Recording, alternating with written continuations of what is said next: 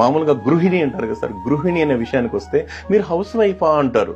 ఎంత సులకనగా అంటారు సార్. అదే హౌస్ వైఫ్ అనే విషయానికి వచ్చినప్పుడు ఆ మహాతల్లి ఉదయం నిద్ర లేచింది మొదలుకొని సార్ తెల్లారు అంటే సూర్యుడు ఉదయించక ముందే నిద్ర లేచి ఆ తర్వాత ఆ ఇంటి పనులన్నీ చక్కదిద్దుకుని తను తింటుందో తినలేదో బిడ్డలు క్యారియర్ కట్టేయడం, వాళ్ళకి మంచిర్లు చూడడం, స్కూల్కి పంపడం, మళ్ళీ ఇంటి పనులు చూసుకోవడం, మళ్ళీ మధ్యాహ్నం భోజన కార్యక్రమం, ఆ తర్వాత భర్త ఇంటికి వస్తే భోజనం పెట్టడం, మళ్ళీ సాయంత్రం మళ్ళీ పిల్లలు ఇంటికి చూసుకోవడం, మళ్ళీ ఈ ఇంట్లో ఉంటాయి కదా సార్ ఇంటి పనులు, ఇంటిల్లి పాది పనులు అంటే ఒకటేని కాదు సార్.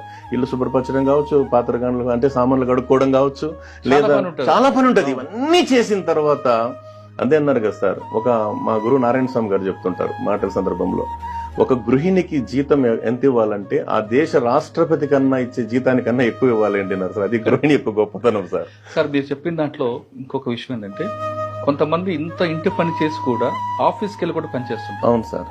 మీరు గృహిణి అన్నారు